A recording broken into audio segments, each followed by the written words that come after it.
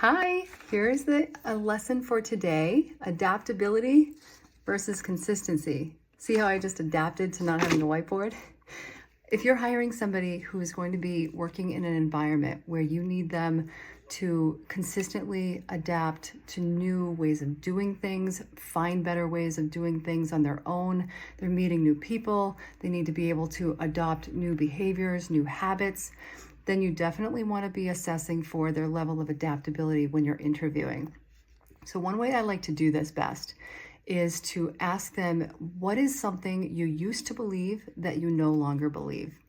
And there's a couple of things that I'm listening for. The first is, how quickly do they answer the question? Because that's a signal to how highly they embrace their own ability to be flexible and adapt. And the second thing is the type of answer. If somebody says, well, I used to believe in Santa Claus, that's superficial and kind of dismissive. So it might be a signal of how seriously they take their flexibility and adaptability.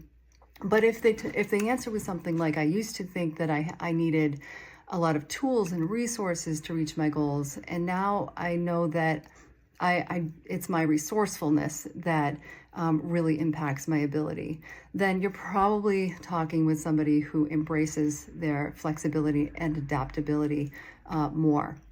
So if you are hiring somebody who you are not necessarily needing to be adaptable, maybe that's steady Eddie, do things consistently, don't deviate from the process. Don't think that you don't need to be asking about adaptability, because the last thing you want to do in that case is hire somebody who is going to be hungering for change. So it's applicable whether you're thinking of adaptability as a necessary skill or thinking of consistency as a skill. So that's one of my favorite behavioral interview questions. What's one of your favorites and why?